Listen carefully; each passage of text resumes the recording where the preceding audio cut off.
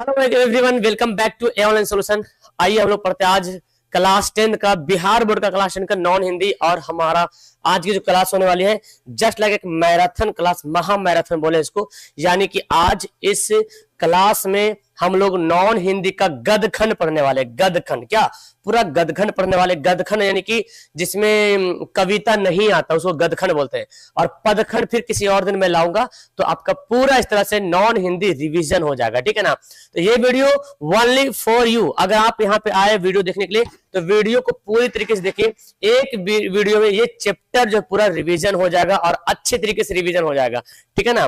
तो शुरू करते क्लास की। वैसे आपको मैं बता दूं जानकारी के लिए कि हमारी डेली क्लास जो है 2 बजे दिन में चलती है। आज थोड़ा सा मैं लेट आ रहा हूं, बाकी 6 बजे शाम को क्लास चलती है। ये 2 टाइम आप क्लास जरूर अटेंड किया करो। और अगर आपको मेरे को व्हाट्सएप नंबर से जुड़ना होगा तो ये मेरा व्हाट्सएप नंबर है 8210423200। इस पे आप मेरे को हेलो लिख के मैसेज करना, ठीक है ना। आपको व्हाट्सएप ग्रुप में जोड़ दिया जाएगा, ठीक है।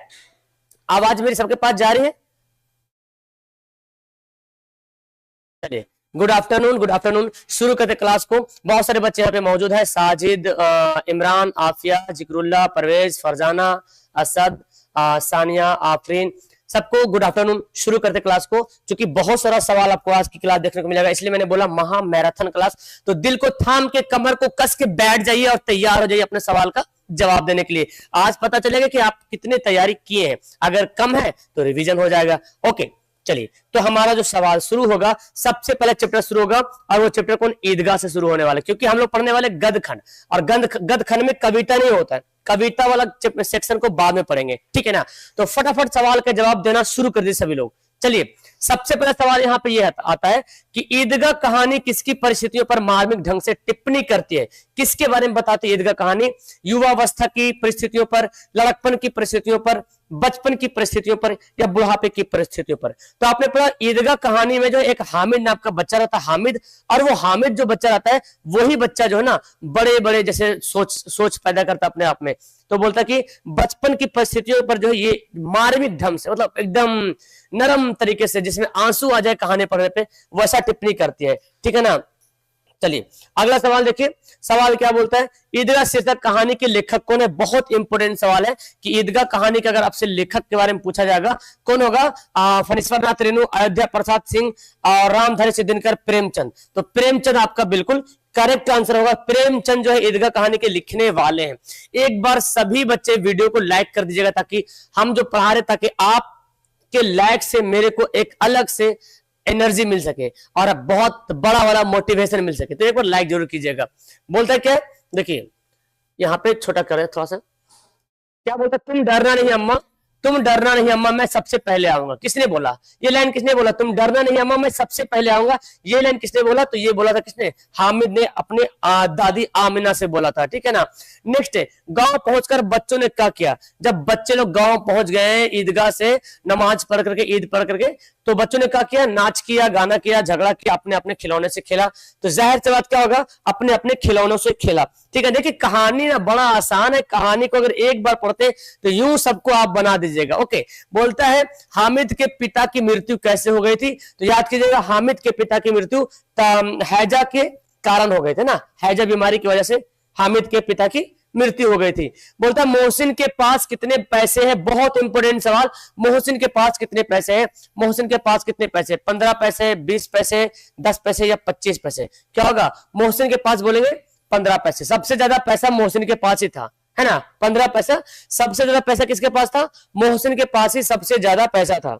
चलिए, अगला सवाल देखिए बाबू। नूरे को किस खिलौने से प्रेम था? तो नूरे जो थे ना वो, उनको क्या था? वकील, सिपाही, धोबिन या साधु? चलिए सभी लोग फटाफट आंसर दीजिए। हाँ, वेल्डर, बहुत अच्छा। तो नूरे को वकील से ज्यादा प्रेम था, वकील खिलौना से। नेक्स्ट सवाल देखते हैं। बोलता हामिद के पास कितने पैसे थे? हामिद के पास सिर्फ और सिर्फ जो है 3 पैसे थे। कितने पैसे थे? 3 पैसे थे। अगला सवाल पढ़ते हैं। बोलता रमजान के कितने दिनों के बाद ईद आती है? बहुत आसान सवाल है। रमजान के 30 दिनों के बाद ईद आती। कितने दिनों के बाद? 30 दिनों के बाद ईद आती है। अगला सवाल पढ़ते हैं। महमूद कौन सा खिलौना खरीदता है? महमूद जो है वो कौन सा खिलौना खरीदता है? भिश्ती, गुजरिया, साधु, सिपाही? तो आई थिंक सिपाही, है ना। महमूद कौन सा खिलौना खरीदता है? हाँ, वेल डन, बहुत अच्छा, एक बार लाइक, आप लोग लाइक करते हो ना तो मेरे अंदर एक नया सा मोटिवेशन पैदा होता है, अजीब तरह सा, मतलब बहुत अच्छा वाला मोटिवेशन, और मन करता है कि जी जान लुटा दूं, ठीक है ना। तो बस आप लोग लाइक करते रहे और सब्सक्राइब कर लीजिएगा जो लोग नए आए होंगे। ईदगाह के पास किन वृक्षों की छाया थी? देखिए ईदगाह की जब नमाज पढ़ने के लिए गए थे हामिद और उसके दोस्त लोग, तो वहां पे एक लाइन जिक्र है कि वो इमली के पेड़ की वहां पे छाया थी, ठीक है ना। आगे सवाल देखो क्या बोलता है, प्रेमचंद लिखित कहानी का नाम क्या है? तो सिंपल सी बात, हम लोग पढ़ रहे प्रेमचंद की कहानी कौन है? प्रेमचंद की एक कहानी आपकी किताब में दिया हुआ है और उस कहानी का नाम क्या है? ईदगाह। ईदगाह जो है प्रेमचंद की कहानी है। नेक्स्ट सवाल है यहाँ पे, हामिद की दादी का नाम क्या है? बड़ा आसान सवाल है, हामिद की दादी का नाम क्या है? सफीना, फातिमा, आमिना, रवीना। तो क्या होगा? आमिना जो है हामिद के दादी का नाम है। अगला सवाल, हामिद ने कितने पैसों में चिमटा खरीदा? तो चूंकि हामिद के पास केवल 3 ही पैसा था और वो बाजार से जो है ना ईदगाह जहां गया था पढ़ने के लिए, तो वहां से 3 पैसे का चिमटा खरीदा था। क्या खरीदा था? चिमटा। काहे खरीदा था चिमटा भाई? चिमटा क्यों खरीदा था? तो चिमटा जो होता है जो रोटी उलटने वाला होता है, तो इससे जो है ना उसकी दादी को रोटी पकाने में थोड़ा हेल्प मिलेगा, इसीलिए चिमटा खरीदा था। अगला सवाल है, मेले में हामिद क्या खरीदा है? हामिद मेले में क्या खरीदता है? तो जाहिर सी बात मिठाई, खिलौना नहीं, मिठाई भी नहीं खरीदा, खिलौना भी नहीं खरीदा, कपड़ा भी नहीं खरीदा, क्या खरीदा? चिमटा खरीदा है। चलिए अगला सवाल है, महमूद के पास कितने पैसे हैं? महमूद के पास कितने पैसे हैं? 10, 5, 12, 20। सबसे ज्यादा पैसा मोहसिन के पास होता था, ठीक है ना, और महमूद के पास 12 पैसे। कितने पैसे? 12 पैसे। अगला सवाल पढ़ते हैं, हामिद ने चिमटा खरीदा, तो हामिद ने चिमटा खरीदा, तो सम्मी ने क्या खरीदा? सम्मी क्या खरीदा? पतंग। पतंग तो जिक्र नहीं, जलेबी, खंजरी, समोसा। हाँ ठीक है, सम्मी ने क्या खरीदा? खंजरी खरीदा। क्या खरीदा? खंजरी खरीदा। बहुत अच्छा, आप लोग आंसर दे रहे हैं। बस आप लोग आंसर कमेंट करते जाए। आंसर इसलिए कमेंट करना क्योंकि कमेंट करने से ऐसे मानो कि आप लिख रहे हो, और जब कमेंट करते हो ना तो आपका दिमाग में जाके आंसर बैठ जाता है, सेव हो जाता है, इसलिए कमेंट करना। हाँ, कमेंट करने में कंजूसीगिरी मत कीजिएगा। 15 पैसे किसके पास थे? किसके पास थे 15 पैसे? हामिद के पास, सम्मी के पास, महमूद के पास, मोहसिन के पास। मोहसिन के पास सबसे ज्यादा पैसा था, 15 पैसे, और महमूद के पास 12 पैसे, और हामिद के पास 3 पैसे। यही जिक्र है तुम्हारे किताबों में, चैप्टर में। सवाल बोलता है, ईदगाह शीर्षक कहानी में सभी खिलौने कितने पैसे के हैं? यानी कि ईदगाह कहानी जो पढ़ेंगे ना उसमें जितने सारे खिलौने बिक रहे थे, सभी खिलौने जो बिक रहे थे, कितने कितने पैसे थे? तो ईदगाह कहानी में सभी खिलौने जो 2-2 पैसे के जितने सारे खिलौने थे सब 2-2 पैसे के मिल रहे थे। आइए सवाल देखें हमारे पास क्या बोलता है, गांव से ईदगाह कितनी कोस दूर था? जल्दी बताओ, गांव से जो ईदगाह जाना था उसको कितनी कोस दूर था वहां से? ओके, देखिए 2 कोस, 3 कोस, 4 कोस, 5 कोस। Comment fast. Very good.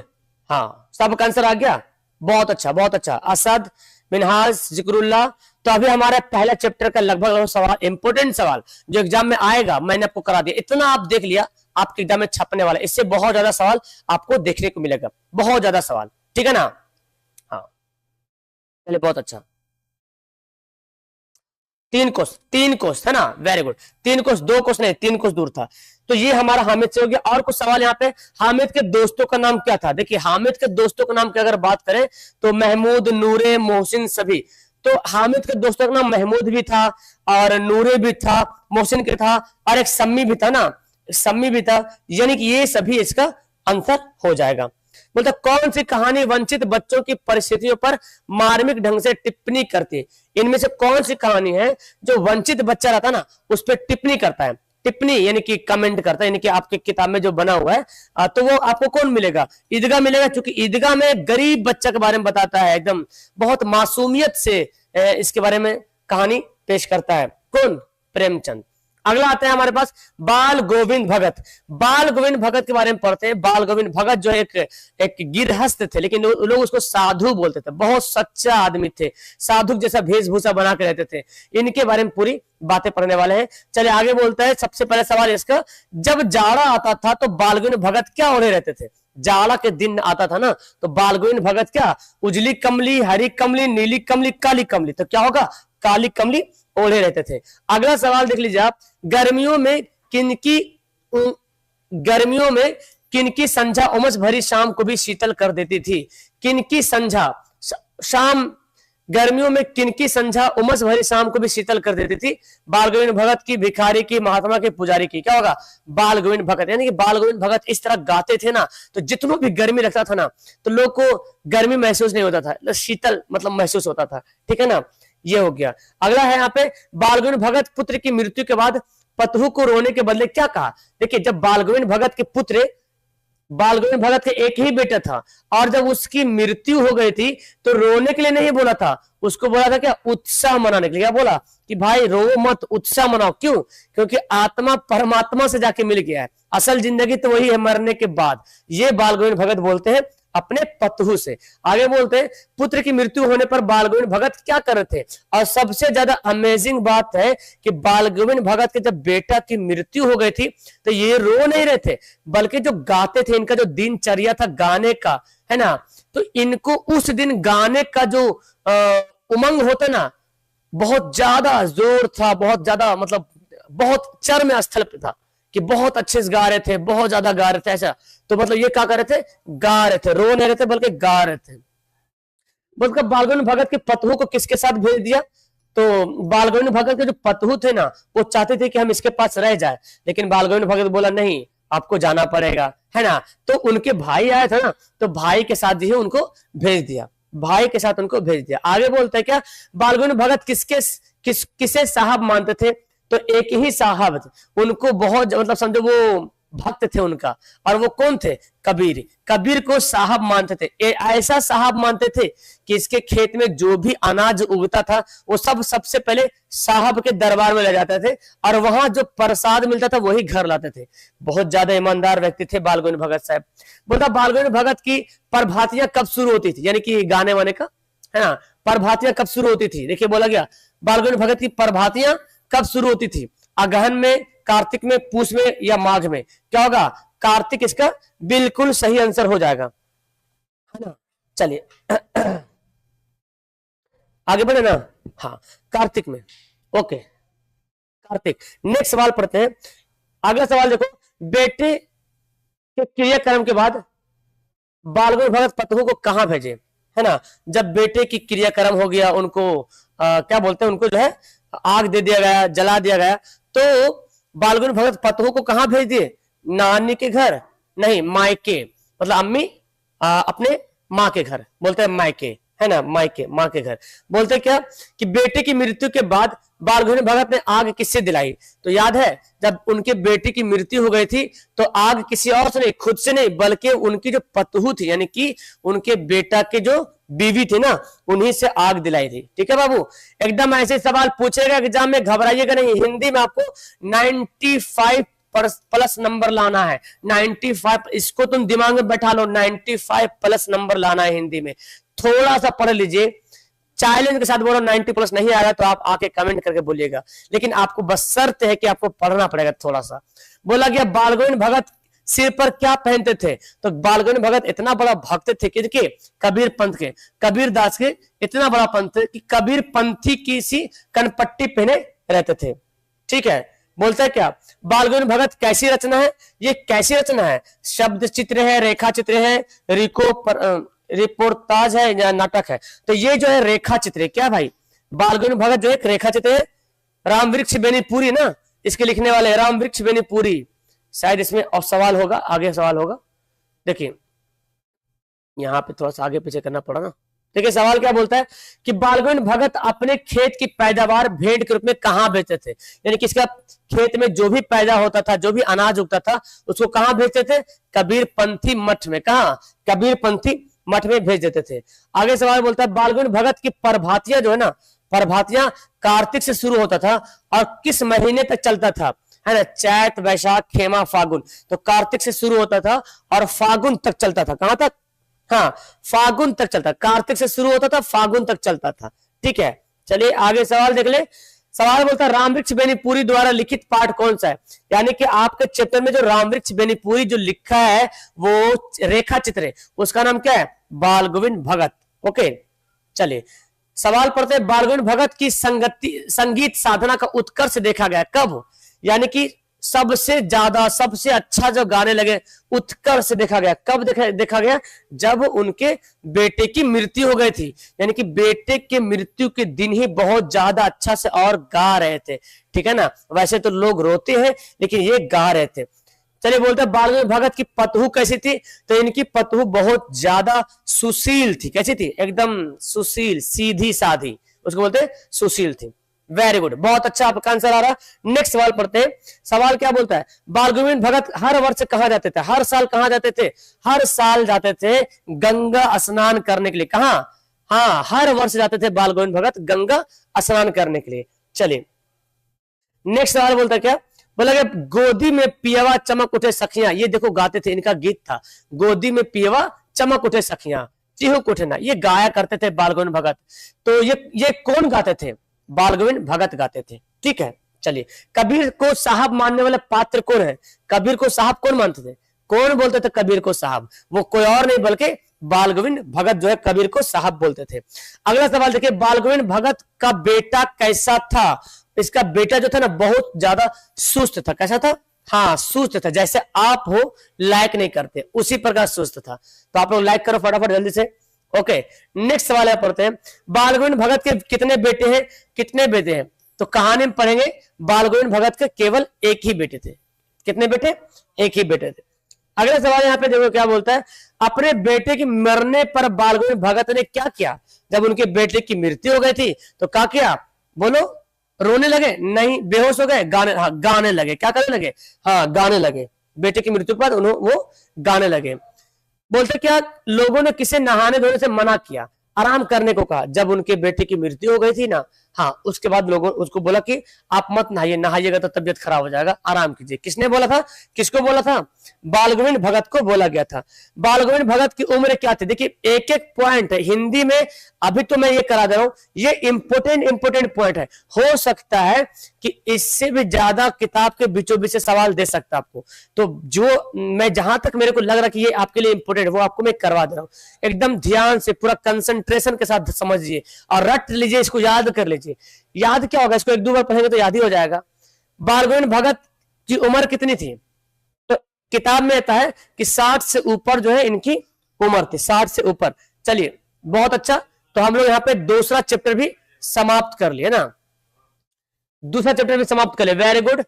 Irshad, Saheb, Shahid, Parvez, Raftar, Zikrullah, अजमत, आयान, रेहान, नयाज, हिना, परवेज, अफीफा, नूरलैन, तौसीफ, राशिद, हैदर, यूसुफ, आफरीन, आसिफ, अफीफा, सारिया, आमिर, असद, हिना, शाहिद, नूरलैन, सबको वेल डन। बहुत अच्छा आंसर कमेंट करो। आगे बढ़ते हैं। सवाल बोलते हैं हुंडू का जलप्रपात आपके चैप्टर है यात्रा वृत्तांत। यहाँ पे दो व्यक्ति जो यात्रा करता है, यानी कि ये व्लॉग है। क्या है ये? व्लॉग समझते हैं ना, जो कहीं घूमने गए ब्लॉगिंग कर रहे हैं और क्या क्या देखा कैसा था वो इसमें बताता है, ठीक है ना। शुरू करते हैं।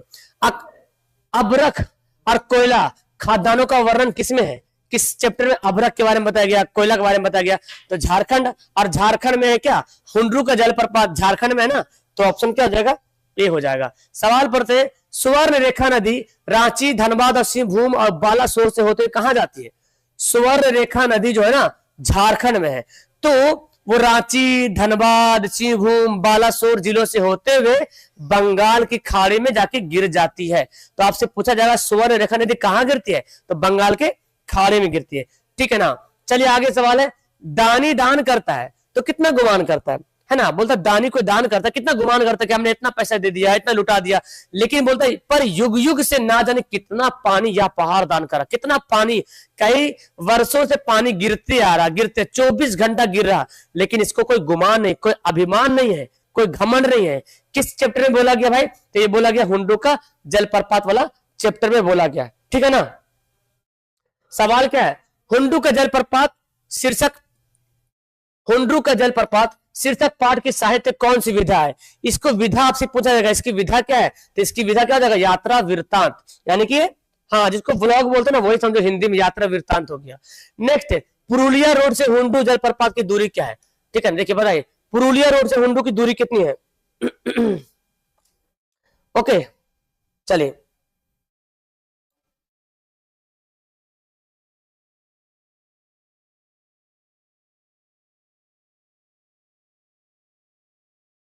ओके, देखिए तो एक तो आपने पढ़ा है रांची से हुंडरू, रांची से, इसको आप कंसेप्ट याद कर लीजिएगा, रांची से हुंडरू, रांची से हुंडरू, रांची से हुंडरू, हुंडरू टोटल जो है कितना 27 मील है। लेकिन रांची से थोड़ा दूर जाएंगे तो पुरुलिया रोड मिलेगा, पुरुलिया रोड, यहाँ पे बीच में एक रोड है पुरुलिया, ऐसे। तो यहां से रांची से पुरुलिया 13 मील, अब पुरुलिया से हुंडरू 14 मील, तो 13 14 27 हो गया, ये आपको याद करना। हाँ 13 मील, 17 मील कहां से मार दिया 13 मील होगा, ठीक है ना। आगे सवाल आते हैं, बोलता है छोटा नागपुर के निवासी सादगी के अवतार और गरीबी को मूर्ति या पंक्ति किसमें है। देखिए जैसे छोटा नागपुर दिखे ना, जैसे कहानी में पहाड़ दिखे, छोटा नागपुर वगैरह, नदी वगैरह दिखे, समझ जाना ये हुंडरू का जलप्रपात के बारे में बात कर रहा है, ठीक है ना, हुंडरू का जलप्रपात। आगे सवाल बोलता है क्या, हुंडरू का जलप्रपात शीर्षक के अध्याय प्रति विश्वास रखता है। हुंडरू का जलप्रपात शीर्षक अध्याय किसके प्रति विश्वास प्रकट करता है, किसके प्रति, बहुलवादी संस्कृति के प्रति, जंगली जानवर के प्रति, लोगों की सादगी प्रति, या लोगों की करुणा के प्रति। तो क्या होगा, बहुलवादी संस्कृति के प्रति, क्या होगा, हाँ ओके, बहुलवादी संस्कृति के प्रति हमारा राइट आंसर हो जाएगा। आप सब लोग वीडियो को एक बार जिम्मेदार से, एकदम जिम्मेदारी से वीडियो को लाइक कर दे, जिम्मेदारी जिम्मेदारी, लाइक करना मेरा फर्ज है, लाइक कर दीजिए। इतनी मेहनत तो आप तो थोड़ा सा हाथ अंगूठा आगे बढ़ा सकते हैं। हुंडरू का जलप्रपात किस राज्य में, बड़ा आसान सवाल है, ये कहां पड़ता है, ये पड़ेगा झारखंड में पड़ेगा, कहां पड़ेगा, झारखंड में पड़ेगा। रांची से हुंडरू का जलप्रपात की दूरी कितनी है, रांची से हुंडरू, तो रांची से हुंडरू 27 मील है, रांची से पुरुलिया 13, पुरुलिया से हुंडरू 14, तो रांची से हुंडरू 27 हो गया, ठीक है बाबू। सवाल देखिए अगला, स्वर्ग का एक टुकड़ा किसको बोला गया, एक स्वर्ग का एक टुकड़ा है, क्या मुजफ्फरपुर को बोला गया, नागपुर को, छोटा नागपुर को, सिंहभूम को, छोटा नागपुर को बोला गया स्वर्ग का एक टुकड़ा, क्या बोला गया, स्वर्ग का एक टुकड़ा बोला गया। आगे बढ़ते, कामता प्रसाद सिंह काम रचित पाठ का शीर्षक किसमें है, यानी कि कामता प्रसाद सिंह काम जो है ना बाबू, ये जो है राइटर किसका, हुंडरू का जलप्रपात का राइटर है, कामता प्रसाद सिंह काम। नेक्स्ट सवाल है, हुंडरू का पानी किस तरह चक्कर काटता है, तो इसमें बताया गया जब हुंडरू का पानी ऊपर झरना से गिरता है नदी में तो लगता है सांप की तरह चक्कर काटता है। इसमें तो एक बार पढ़ेगा तो ऐसे दिमाग में बैठ जाएगा, बट रिवीजन हमको करना है ना, हमको तो रिवीजन करना है, तो आंसर क्या हो जाएगा, सांप हो जाएगा, सांप की तरह। नेक्स्ट है, साध की पवित्रता एवं महत्ता तभी है जब उसका साधन भी महान हो, ये किसने बोला था, यानी कि कोई भी चीज का वैल्यू कब होगा, जब साधन भी महान हो, ये बोले थे किसने, हाँ महात्मा गांधी जी ने, किसने बोला था, महात्मा गांधी ने बोला था। नेक्स्ट सवाल देखे, किंवदंती, ये घूमने वाले व्यक्ति थे ना, बोलता किंवदंती के अनुसार हुंडरू से कितने मील दूरी पर कुछ लोगों ने हुंडरू से भी कई गुना प्रपात, कितना गुना, हुंडरू से भी बोलता 7 गुना बड़ा जो है झरना देखा। यहां हुंडरू से 7 मील दूरी, कितनी मील दूरी, 7 गुना बड़ा, कुछ दूरी पे बोला 7 गुना बड़ा भी झरना देखा गया। ओके, तो इसको याद कीजिए, लेकिन वहां पे बहुत खतरा है, वहां पे मतलब जाने के अलाव नहीं वहां पे, ठीक है। नेक्स्ट सवाल है, रांची से पुरुलिया सड़क पर कितने मील जाने के बाद हुंडरू का जलप्रपात मिलेगा, रांची से पुरुलिया सड़क पर, रांची से पुरुलिया कितने मील जाएंगे तो हुंडरू का झरना मिलेगा, तो रांची से पुरुलिया कितना जाएंगे, रांची से पुरुलिया सड़क पर कितने मील जाने के बाद, अच्छा ये तो रांची से पुरुलिया आ गया ना, पुरुलिया से वहां होगा ना, तो यहाँ पे ऑप्शन मिस्टेक होना चाहिए, रांची से पुरुलिया वाली सड़क पर कितने मील जाने के बाद, अच्छा रांची से पुरुलिया चला गया, अब पुरुलिया के बारे में बोला कि पुरुलिया से जो है कितने दूर जाएंगे और जाएंगे तो हमको मिलेगा हुंडरू के जलप्रपात, तो 14 मिल जाएंगे। सवाल है, हुंडरू इतना बड़ा है जहां कितना फीट से पानी गिरता है, हुंडरू इतना बड़ा है प्रपात है, झरना है, कितना फुट पानी नीचे गिरता है, तो हुंडरू इतना बड़ा झरना है, बोलता कि 243 फीट ऊपर से पानी नीचे गिरता है। Okay, 243 feet. स्वर्ण रेखा क्या है बताइए, स्वर्ण रेखा नदी, आपको याद करना स्वर्ण रेखा क्या है, स्वर्ण रेखा क्या है, नदी है। सवाल अब हमारा हुंडरू का जलप्रपात से जितना सवाल था यहाँ पे समाप्त हो गया। अब अगला चैप्टर हमारा शुरू था, वेरी गुड। हाँ, अजमत, असद, परवेज, नकी, आसिफ, सादिया, सनोवर, हैदर, अफसर, सुहैल, सत्या, शोएब, बेबी खातून, सानिया, इसरत, दिलशाद, नूरलैन, फैज ब्रो, कैफ खान, नियाज, अली हुसैन, अनन्या, दीन, नसीम, फरजाना, फलक, असद, मुदस्सिर, परवेज, राशिद। वेल डन, बहुत अच्छा आप लोग कमेंट कर रहे हैं। इस तरह से एकदम जुनून के साथ पूरा आज खत्म करना इसको, ठीक है ना। ठेस जो है एक कहानी है, क्या है, एक कहानी है, इसके बारे में पढ़ना है। बोलता खेती बाड़ी के समय गांव के किसान किसकी गिनती नहीं करते थे। तो एक आदमी था जिसको बोला गया सिरचन, और सिरचन को लोग बेगार, बेकार, चटोर ऐसे समझते थे। जब जब खेती बाड़ी होता था ना तो इसको गिनती नहीं करते थे, क्योंकि इनका कोई काम नहीं था, ऐसे मतलब बूढ़े थे इसीलिए। तुम्हारी भाभी नाखून से काट कर तरकारी परोसती है, किसने कहा। तो ये कहा किसने, सिरचन ने कहा। किसने कहा, सिरचन ने कहा था। ओके, हाँ उसी से हो रहा ना। ओके चलिए अगला सवाल पढ़ते हैं। नेक्स्ट बोलता ठेस कहानी में सिरचन क्या था। ठेस कहानी में सिरचन जो कारीगर है ना, एक कारीगर है। क्या है, एक कारीगर है सिरचन, एक कारीगर। हाँ वेरी गुड, एक कारीगर है। बोलता क्या, आज नेनू मत रही थी तो तुम्हारी याद आई। किसने बोला, आज नेनू मत रही थी, माने नेनू मतलब माथा बोलता ना, आज माथा मत रही, दर्द कर रही थी, तुम्हारी याद आई। लेखक की मां ने, लेखक की दादी ने, मानो दीदी ने, या लड़ाकू ने। हो बोलो किसने कहा था। तो लेखक की मां, किसने बोला था, लेखक की मां ने बोला था। बहुत अच्छा आप लोग का आंसर कमेंट आ रहा है, well done well done well done. सब लोग आंसर कमेंट करो फास्ट में, किसी का आंसर छूटना नहीं चाहिए। देर से कमेंट करेंगे कोई दिक्कत, लेकिन कमेंट करना बहुत जरूरी है। सवाल देखिए आगे, सवाल क्या बोलते, कितना बड़ा है सवाल, क्या बोलता है। ठेस कहानी में किस दिन चिक की पहली पांति में 7 तारे जगमगा उठे थे। तो याद कीजिएगा, ठेस कहानी में किस दिन, तो दूसरे दिन। क्या होगा, दूसरे दिन होगा इसका आंसर। आगे बोलता गांव के लोग सिरचन को क्या समझते थे। सिरचन को लोग जो है ना बेगार समझते थे, कहीं कहीं पे आएगा बेकार समझते थे, कहीं कहीं पे चटोर भी आएगा। ओके, लेकिन सिरचन बहुत परिश्रमी आदमी भी था। पंचानन चौधरी, पंचानन चौधरी किस टोली के थे। तो पंचानन चौधरी को ये जो है ना सिरचन पानी पानी कर दिया था। ओके, किस टोली के थे, ये थे ब्राह्मण टोली के। किस टोली के, ब्राह्मण टोली के थे। अगला सवाल पढ़ते हैं। सिरचन को बुलाने से पहले लेखक किससे पूछ लेते थे।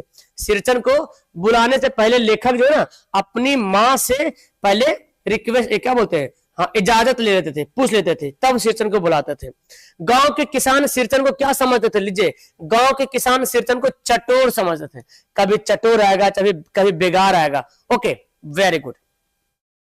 अगला सवाल पढ़ते हैं। सवाल बोलता ठेस कहानी का नायक कौन है, मेन हीरो कौन है। जिसको चटोर समझ रहे थे वही हीरो है ठेस कहानी का।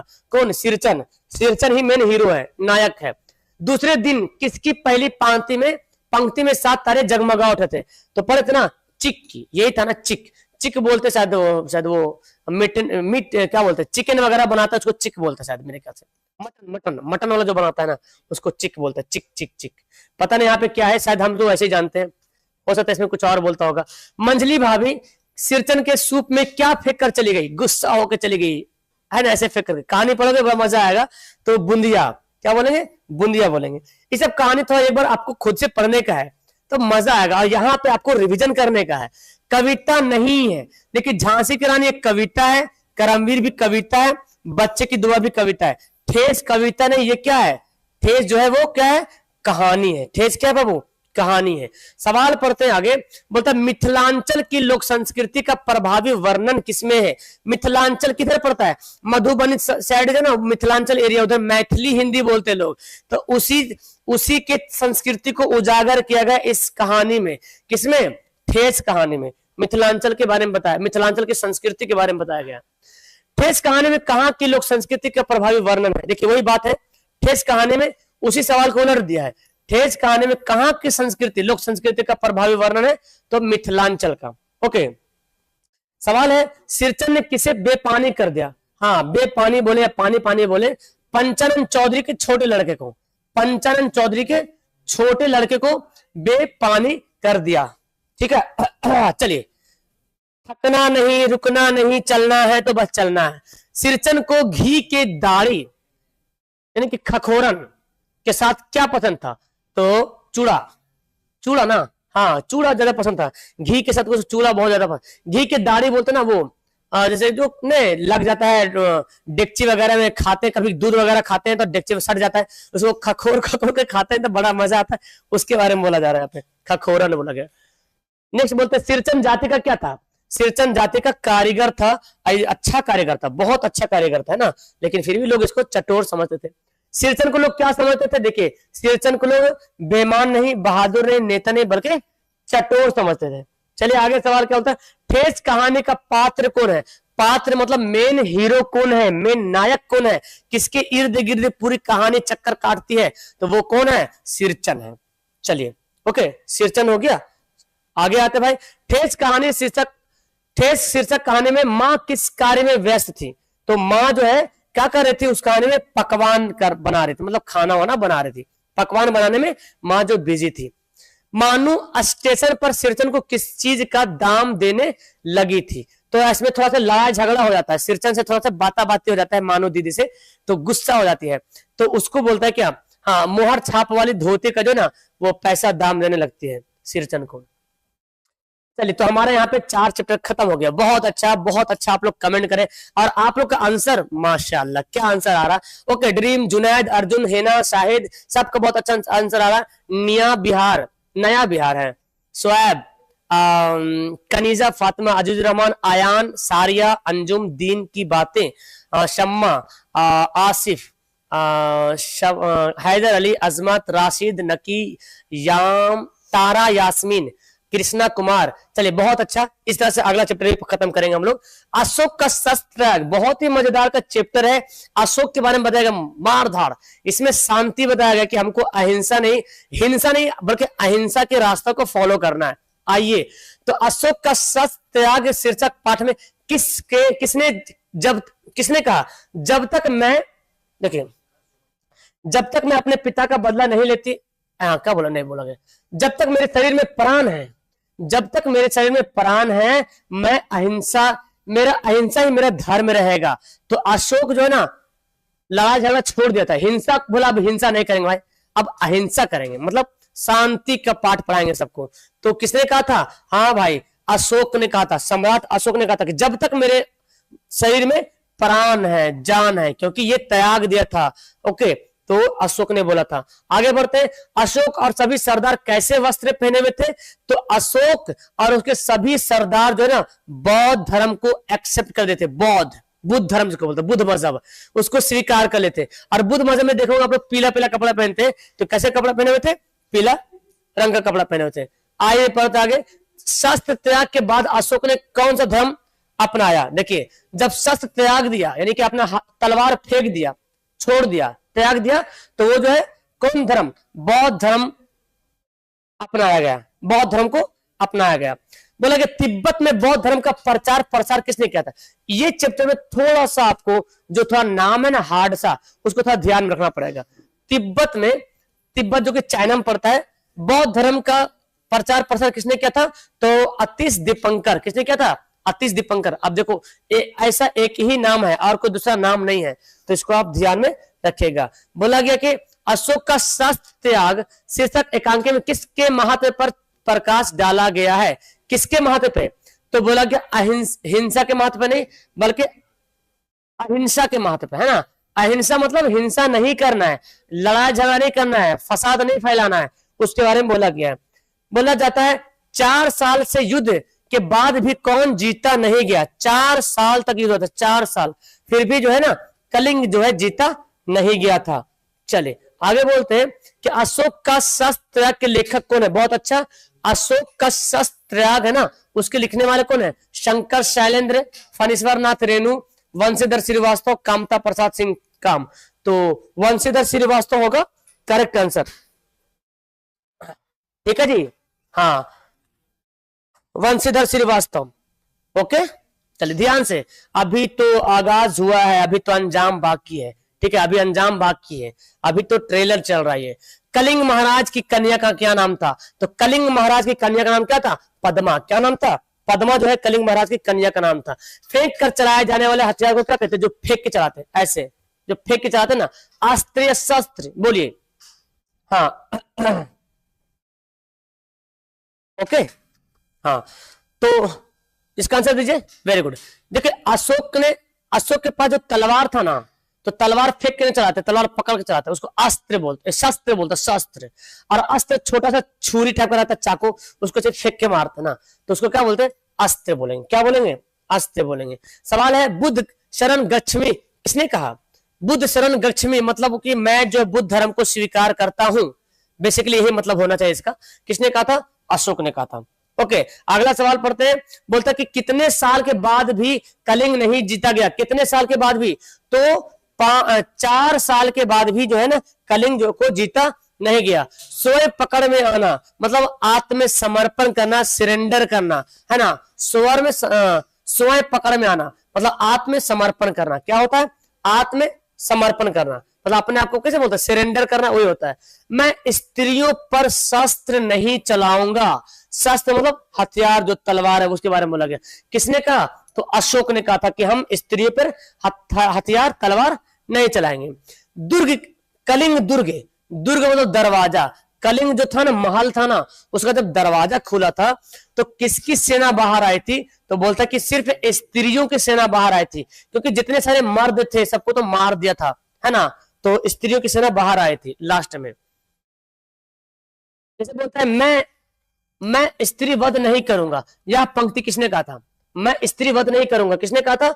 अशोक ने कहा था हम स्त्रियों को वध नहीं करेंगे, मारेंगे नहीं। कलिंग किससे संबंधित है? कलिंग जो पद्मा से, क्योंकि कलिंग की राजकुमारी, कलिंग महाराज की राजकुमारी कौन थी? पद्मा थी, इसलिए कलिंग जो है पद्मा से संबंध है। 4 साल तक क्या चला था? 4 साल तक कलिंग का युद्ध चला था। कलिंग का युद्ध चला था 4 साल तक, फिर भी जीता नहीं गया था। सैनिकों को तलवार फेंकने का आदेश किसने दिया था? कि फेंक दो तुम अपनी अपनी तलवारें और खड़े हो जाओ मौन बनकर। किसने बोला था? अशोक ने बोला था कि अपने अपने तलवार हथियार फेंक दो। पद्मा का संबंध किससे है? देखिए सवाल फिर से आ गया कि पद्मा का संबंध बक्सर की लड़ाई से, 1957 की क्रांति से, कलिंग युद्ध से। क्या हो जाएगा? कलिंग युद्ध से संबंध है पद्मा की। मुझे अपने पिता का बदला लेना है। मुझे अपने पिता का बदला लेना है। किसने कहा था? ये कहा था पद्मा ने। किसने कहा था? पद्मा ने कहा था। बोलता है कि दूसरे दिन प्रातः काल सम्राट अशोक के पास कौन आया? कौन आया था? दूसरे दिन सुबह सुबह सम्राट अशोक के पास कौन आया था? उसका पुत्र सेनापति दरबारी भाई। तो सेनापति आया था ना, जो कि आदेश दिया था, हाँ, कि हम उसको मार दिए हैं, इस तरह से। चलिए बहुत अच्छा, अगला चैप्टर पढ़ते। ईर्ष्या तू ना गई मेरे मन से, जलन, है ना, जलन कि भाई कितना जलते हैं ना एक दूसरे से, उसके बारे में बोला गया। ईर्ष्या तू ना गई मेरे मन से। चिंता को लोग क्या कहते हैं? चिंता को लोग चिता कहते हैं। क्या कहते हैं? चिता कहते हैं। अगला सवाल पढ़ते हैं। सवाल क्या बोलता है? बाजार के मंत्रियों को छोड़कर एकांत की ओर भागो। या किसने कहा था कि बाजार के मंत्रियों हैं? मक्खियों होगा भाई, मक्खियों होगा, मंत्री ने। बाजार के मक्खियों, है ना। किसने कहा था? बाजार के मक्खियों के बारे में बोला गया कि बाजार का मक्खियों को छोड़कर एकांत की ओर भागो। किसने बोला था? नीत्शे ने बोला था। नीत्शे ने बोला था। नेक्स्ट यहाँ पे, ईर्ष्या तू ना गई मेरे मन से। ईर्ष्या तू ना गई मेरे मन से, क्या बोला गया? ईर्ष्या तू ना गई मेरे मन से शीर्षक पाठ में कहा गया कि जिससे किसी ने प्रचंड चिंता पकड़ लिया है, उसे बेचारे की जिंदगी क्या होती है? खराब हो जाती है। यानी कि अगर आप किसी दूसरे के बारे में सोच रहे हैं कि वो कैसे तरक्की कर रहा है ना, और उसको कैसे हम क्या करें जो उसको हम डिमोटिवेट कर दें, उसका पैर खींच ले, तो अगर ऐसा सोचते हैं तो सबसे पहले आप ही जो है ना बर्बाद होंगे, और वो बर्बाद बाद में होगा, पहले आप बर्बाद होंगे। तो बोलता है, तो फिर आप लोग बोलेंगे सर क्या करें, हम तो जाएंगे सर, हम तुमको भी लेके डूबेंगे, ये वाला कहानी बोलेंगे। तो ऐसा नहीं करना है, ठीक है। जलन खराब चीज होता है। सही संतुलित जीवन के प्रति एक दृष्टि विकसित करने वाली कि सीख किसमें देता है? मतलब सही सही जीवन गुजारने का मकसद बताता है कि हमको किसी और से जलना नहीं चाहिए, बल्कि किसी की उन्नति को देखकर हमको जलना नहीं चाहिए, हमको बल्कि अपने को खुद और ज्यादा मेहनत करना चाहिए, ठीक है ना। किसे बोला गया? ईर्ष्या तू न गई मेरे मन से। किसके विभव की वृद्धि से वकील साहब कलेजा जलता था? किनके विभव की वृद्धि से वकील साहब का कलेजा जलता था? वकील था, कोर्ट में जाके वकालत करता था, लेकिन एक छोटा सा बीमा एजेंट था, उससे जो है ना वकील साहब जलता था भाई साहब, है ना, कि भाई इसके पास कैसे आ गई, काश मेरे इसका सारा कुछ मेरा हो जाए। ये बड़ा बुरी बात है ना। किसी व्यक्ति के पतन का क्या कारण है? कोई व्यक्ति कब हार जाता है, पतन कब हो जाता है, हार कब जाता है? जब उसके अंदर सद्गुणों का ह्रास होता है, अच्छा गुण खत्म हो जाता है, तब व्यक्ति जो है पतन हो जाता है, हारना शुरू हो जाता है, हारने लगता है। ईर्ष्या का संबंध किससे? तो ईर्ष्या का संबंध है प्रतिद्वंदिता से। मतलब समझे ना, कंपटीशन समझते ना, हाँ कंपटीशन से, किसको हम नीचे गिरा देंगे, वो कैसे इतना दूर पहुंच गया, ला उसको पैर खींच लेते, ऐसे, तो उसको बोलते प्रतिद्वंदिता से, प्रतिद्वंदिता से। बोला कि ईर्ष्या तू ना गए मेरे मन से, निबंध में हृदय पर दंश के दाग को कौन भोगता है, कौन भोगता है, तो ईर्ष्यालु व्यक्ति, जो जलेगा उसी को ज्यादा दुख होगा, पीड़ा होगा, है ना, ईर्ष्यालु व्यक्ति। सवाल है ईर्ष्या का संबंध है, सवाल फिर से आ गया, तो प्रतिद्वंदिता से ईर्ष्या का संबंध है। नेक्स्ट है तुम्हारी निंदा वही करेगा जिसकी तुमने भलाई की है, ईश्वर चंद्र विद्यासागर, इसका नाम सुने होंगे आप लोग, पढ़ें किताबों में। ये बोला कि आपकी बुराई वही करेगा, आपकी चुगली या बुराई निंदा वही करेगा जिसकी आपने मदद की है। बेसिकली ज्यादातर लोगों तो आज तो यही सब देखने को मिलता है ना, तो सतर्क रहिएगा, अपने लोगों से ज्यादा सतर्क रहना है। बोलते हमें तो गैरों ने लूटा, अपनों में कहां दम था, ये वाला बात हो गया। ईर्ष्या को क्या कहा गया, है ना, ईर्ष्या को सॉरी मैं उल्टा बोल दिया, हमें तो अपनों ने लूटा, गैरों में कहां दम था, ये था ना, हाँ उल्टा मैं बोल दिया, हमें तो अपनों ने लूटा, गैरों में कहां दम था, जहां मेरी किस्ती डूबी थी वहां पानी ही कम था, वही वाला हाल हो गया। ईर्ष्या को क्या कहते हैं, ईर्ष्या को बोला कि अनोखा वरदान, अनोखा वरदान। दिनकर किस रचना के नाम से जाना जाता है, दिनकर ने क्या लिखा, रामधारी सिंह दिनकर जो आपके चैप्टर में लिखा है, हाँ किस रचनाकार के नाम से जुड़ा हुआ है, दिनकर, तो रामधारी सिंह दिनकर, इसमें तो इसका पूरा नाम है। दिनकर जो है ना इसका टाइटल है, दिनकर क्या टाइटल है, रामधारी सिंह दिनकर।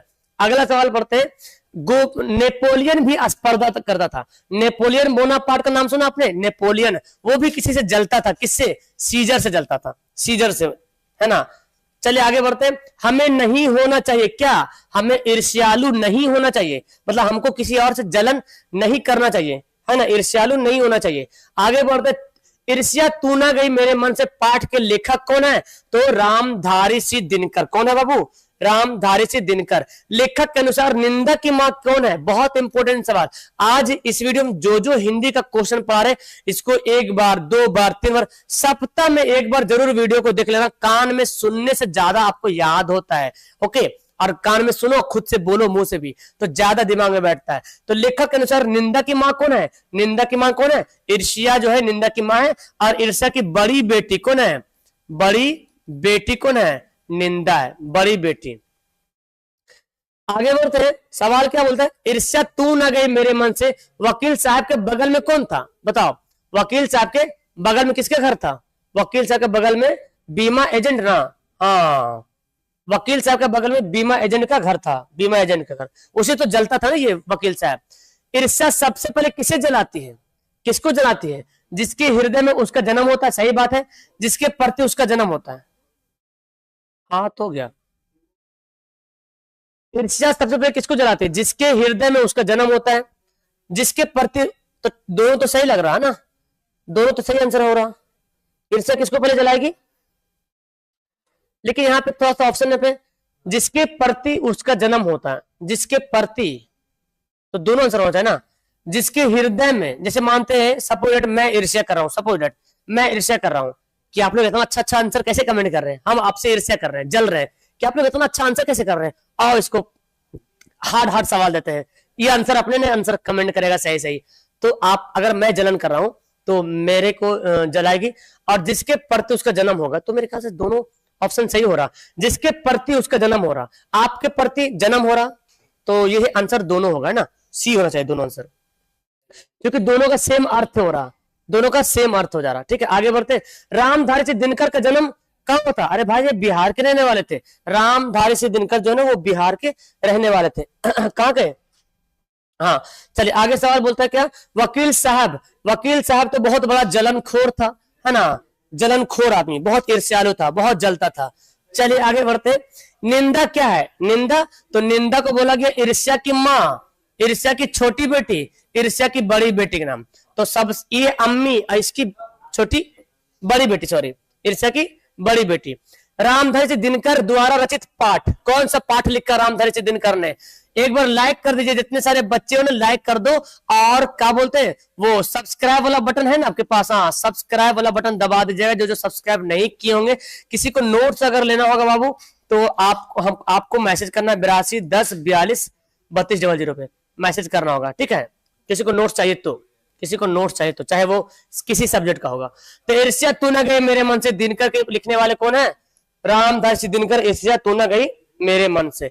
मूल रूप से रामधारी सिंह दिनकर क्या है, मतलब मुख्य रूप से इनका क्या काम है? तो रामधारी सिंह दिनकर जो कवि है ना, कवि, कविता लिखते हैं कवि। हालांकि आपके चैप्टर में लिखा है, लेकिन बोलते ना एक अपना पैशन होता ना कि मेन पैशन, जैसे मैं अगर देखूं तो मेरा पैशन है पढ़ाने का। अब हम पढ़ा तो रहे, लेकिन साथ साथ हम कुदाल भी चला सकते हैं, जरूरत पड़े तो कुदाल भी चला सकते हैं, जरूरत पड़ेगा तो बोझा भी ढो सकते हैं, लेकिन मेन मेरा काम क्या है? पढ़ाना। वही बोला गया। सवाल बोलता है यार ये तो बाजार की मक्खियां हैं, आ कारण मतलब बिना कारण जो है भिन भिनाती रहती। किसको बोला गया? ये बोला था नीत्शे ने, लेकिन ये बात किसको बोला? ये बात बोला जलनखोर आदमी को, ईर्ष्यालु के बारे में बोला गया। तो बाजार के मक्खियों की तरह है, बिना कारण जिसको पता उसको मेरे बारे में बुराई करते रहता है, मेरे को नीचा दिखाने की कोशिश करते रहता है। ठीक है ना, याद हो गया ना सुनने से? लेखक रामधारी सिंह दिनकर के घर के दाहिने ओर कौन था? घर के दाएं ओर कौन था? वकील साहब। कौन था? वकील साहब थे दाएं ओर। बोलता है लेखक रामधारी सिंह दिनकर के रोचक निबंध ईर्ष्या तू न गए मेरे मन से टिप्पणी करता है देश पर, राज्य पर, रोजमर्रा के व्यवहारों पर, समाज पर। क्या होगा मेरे ख्याल से? हाँ ठीक है। तो ये रोजमर्रा का जो जिंदगी होता ना, जिससे लोग जलते हैं कि भाई देखो आज ये कर लिया, आज वो कर लिया, तो रोजमर्रा की जिंदगी पे, यही आपका करेक्ट आंसर होगा। वेरी गुड, हमने बहुत अच्छा यहाँ पे हम लोग क्वेश्चन कंप्लीट कर लिए। अच्छा अभी तो बहुत सारे सवाल बाकी है, अभी तो ट्रेलर हुआ है, अभी लाइक बहुत कम, आप लोगों में ताकत नहीं दिख रहा, दम नहीं दिख रहा, जुनून नहीं दिख रहा। आज आपको नॉन हिंदी वाले बच्चे 500 लाइक का टारगेट आपको है। नॉन हिंदी वाले कितने सारे बच्चे हैं, जब लाइक पार होगा ना तब हम नॉन हिंदी की वीडियो फिर दूसरे टाइम लाएंगे। नॉन हिंदी वाले बच्चे 500 टारगेट लाइक पूरा करो। समाज पर न, रोजमर्रा की जिंदगी पे होगा। जो किताब में जो बात है ना उसी बात को लिखना है। देखो ध्यान से, आप अगर हिंदी पढ़ रहे हो या उर्दू पढ़ रहे हो या लैंग्वेज पढ़ रहे हो ना, तो होता क्या है कि उसमें जो बातें बताई गई ना वही बात आपको आंसर देना है, अपना दिमाग से कुछ बात नहीं बोलना है। ओके, नूरुलैन, फैजान, मेहताब, शेख, रेहान, ठीक है, चलिए बहुत अच्छा, वेरी गुड। शाहिद,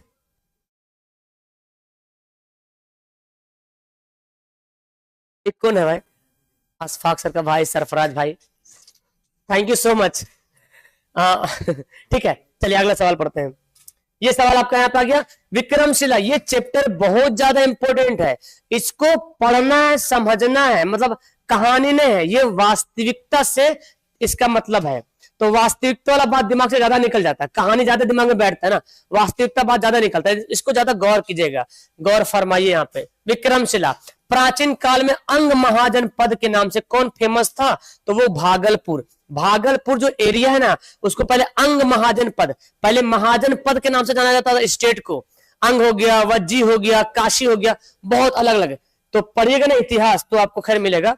तो भागलपुर को अंग महाजनपद के अंतर्गत रखा गया था। भिक्षु वर्ग में रहने के बाद भी आचार्य का क्या मानकर शिष्य जो है ना बौद्ध सिद्धांतों से, क्या बोला गया,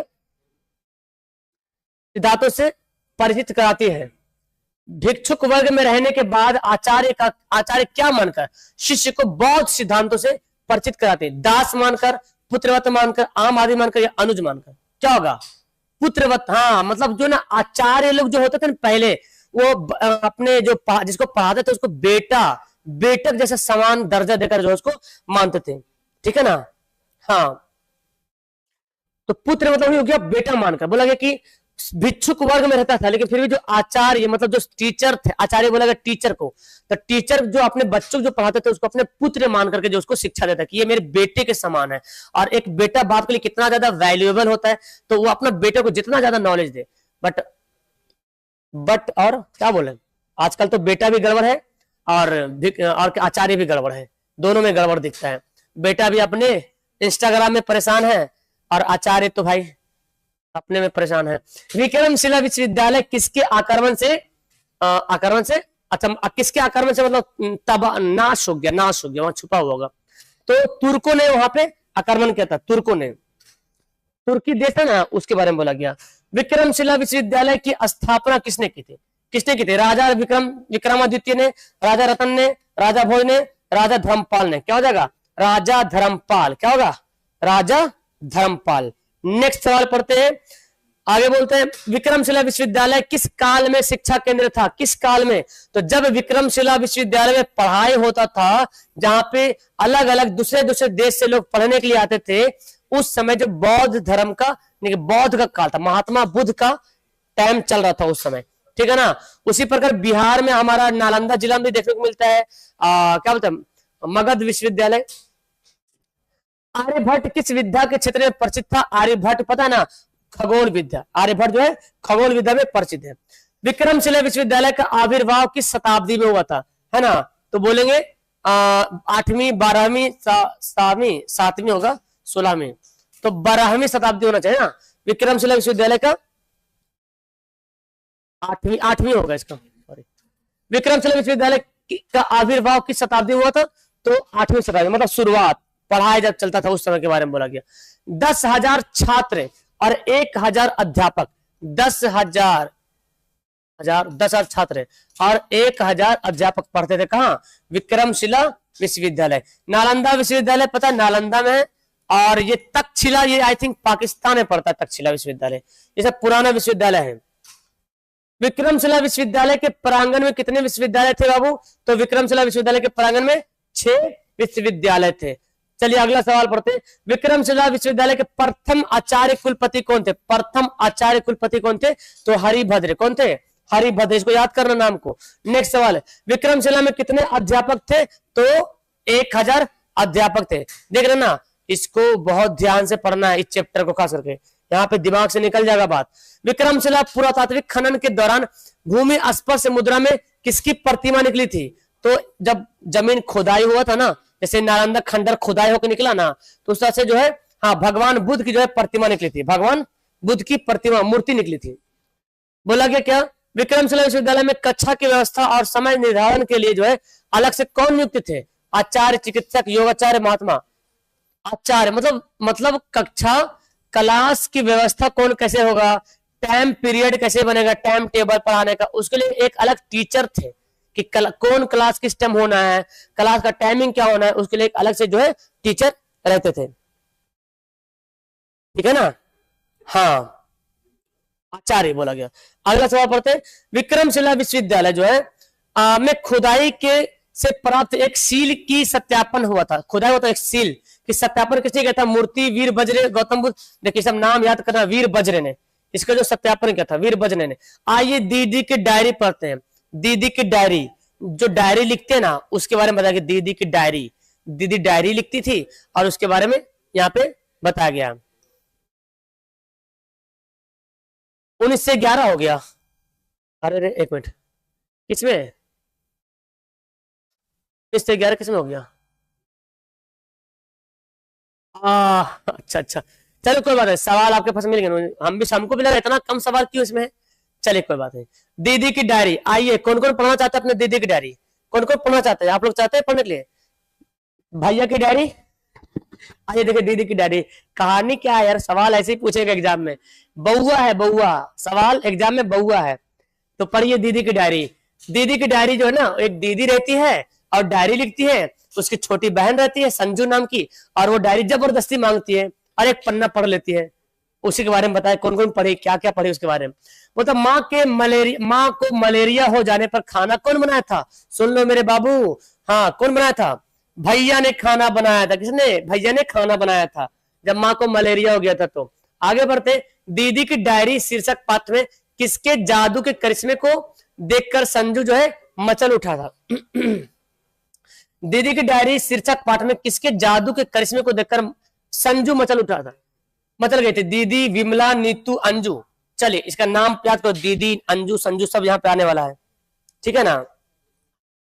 तो जादू किसकी जादू को देख के, दीदी की जादू को देख के, जादू वाला।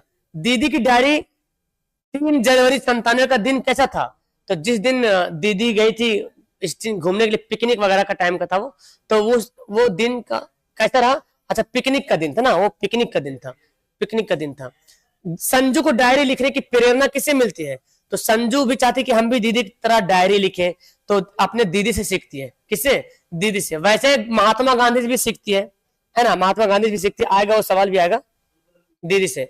नेक्स्ट है, दीदी की डायरी हिंदी गद्य की कैसी विद्या है? तो ये है क्या, एक नई विद्या है। जैसे आपने पढ़ा लेखक रेखा चित्र पढ़ा, कविता पढ़ा, आपका कहानी है, निबंध है, उसी पर एक नया विद्या है क्या, दीदी की डायरी। चलिए, संजू स्वभाव से कैसी है? संजू जो ना एकदम बहुत हंसमुख लड़की है, जैसे आप लोग कैसे हैं, जैसे आप लोग है ना हंसमुख, ऐसी जो है संजू। सत्य के साथ मेरा प्रयोग की लिखने वाले कौन थे? ये किताब है जी, सत्य के साथ मेरा प्रयोग, पुराने लिखा हुआ सत्य के साथ मेरा प्रयोग। तो ये गांधी जी की किताब है, किसके? महात्मा गांधी की किताब है, सत्य के साथ मेरा प्रयोग। किसे किताब पढ़ने का शौक था? आए है, क्या बात है, आपको मोबाइल देखने का शौक है, इनको किताब पढ़ने का शौक, किसको? संजू को ना किताब पढ़ने का ज्यादा शौक था। आगे बढ़ते, लेकिन कैसी किताब? चटपटी किताब। देखिए देखिए कहां बोला गया, भैंस से दूध लेना है या कशीदाकारी करवानी है? किसने बोला भैंस से दूध लेना है या कशीदाकारी करवानी है? पर ये कहानी पहले तो पता चलेगा। बोलिए,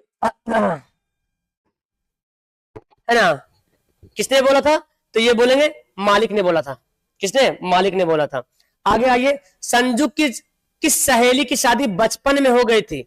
बचपन में तो नीलू नाम की एक सहेली थी, उनकी शादी जो है बचपन में हो गई थी।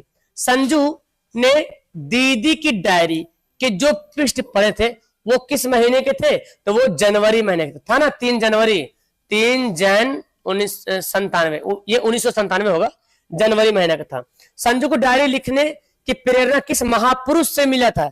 अपने दीदी से तो सीखने की थी और महापुरुष से भी सीखी थी, किससे? बापू से, है ना, बापू यानी कि गांधी जी से।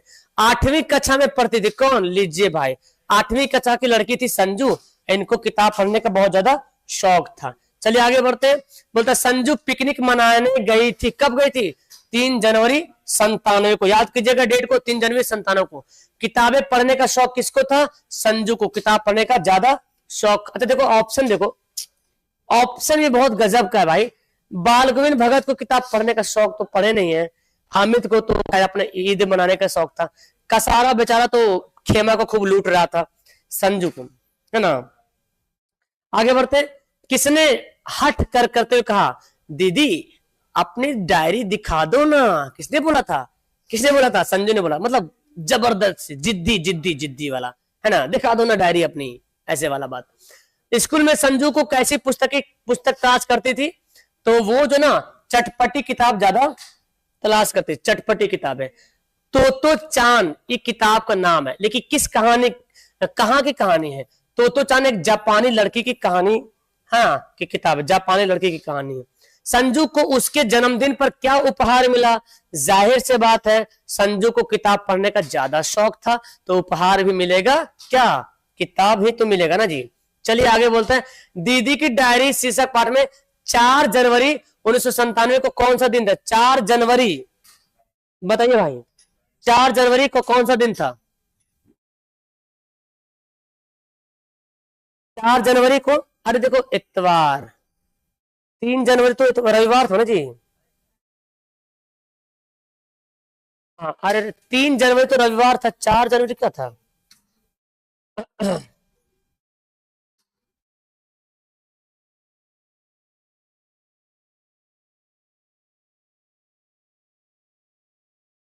4 जनवरी रवि था, 3 जनवरी क्या था?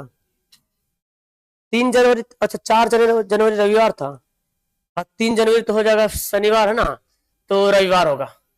4 जनवरी कौन था? 4 जनवरी जो है रविवार था, और 3 जनवरी होगा शनिवार हो जाएगा फिर, ठीक है। दीदी की डायरी शीर्षक पाठ में कक्षा में चुपचाप कौन बैठी रहती? चुपचाप, इस शायद मंजू होगी ना, मंजू, मंजू चुपचाप कौन बैठी रहती थी? मंजू, जल्दी बताओ जल्दी बताओ, मंजू जो चुपचाप बैठी रहती थी।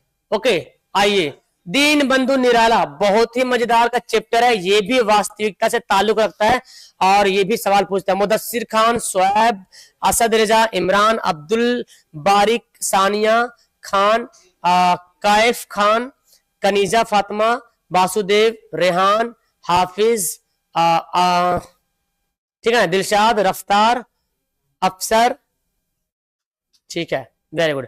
अब जो ये चैप्टर पढ़ने वाले दीनबंधु निराला, ये चैप्टर जो है ना वास्तविकता से ताल्लुक है, वास्तविकता रियलिटी से, तो इसको भी ध्यान से समझना है। तो दीदी की डायरी तो खैर वो कहानी है, पढ़ लीजिएगा, संजू मंजू कंजू करते रहिएगा।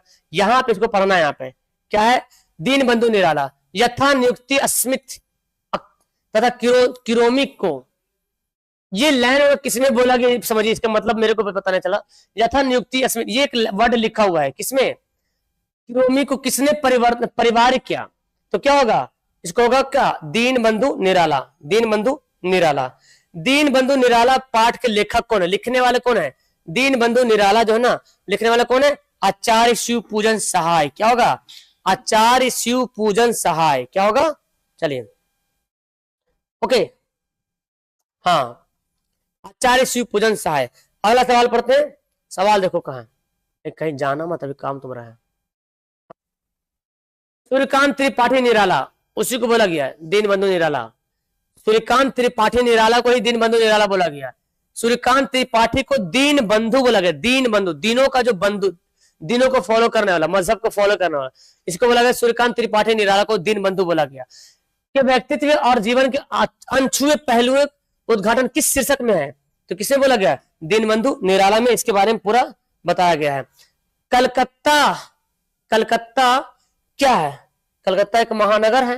अच्छा, ये मतलब बेलूर मठ के बारे में बताया गया इसमें, इसलिए बोला गया इच्छा पूर्ति करने वाला काल्पनिक पेड़ को क्या कहते हैं, जो इच्छा को पूर्ति करता है उसको क्या कहते हैं, उसको इच्छा पूर्ति पेड़ बोलेंगे ना, जो इच्छा को पूर्ति करते हैं उसको क्या बोलेंगे,